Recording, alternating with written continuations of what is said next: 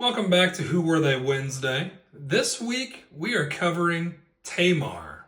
Some of the most important people in the Bible are some of those we rarely talk about. And why is that? Because their stories make us a bit uncomfortable.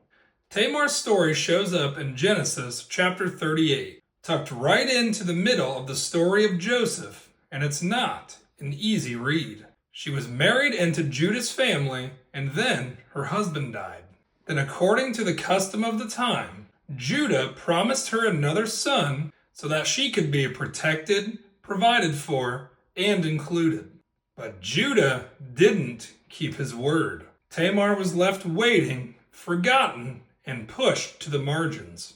And here's where the really uncomfortable part comes in. Tamar then disguises herself to confront Judah of his own failure. When Judah is ready to condemn her, she produces the proof and says, "I am pregnant by the man who owns these." Genesis chapter 38, verse 25. And then Judah's response in Genesis chapter 38, verse 26, "She is more righteous than I." That moment matters because Tamar wasn't chasing scandal. She was chasing justice. She wasn't rebelling against God. She was holding God's covenant line together when the people responsible wouldn't.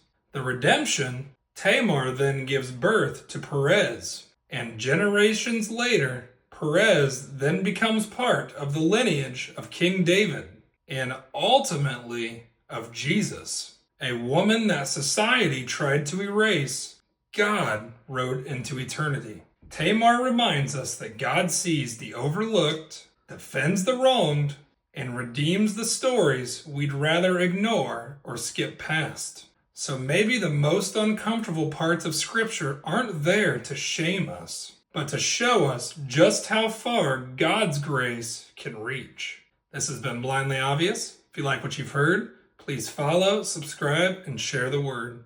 Peace, love, and God bless. Remember, the eyes mean nothing if the mind is blind.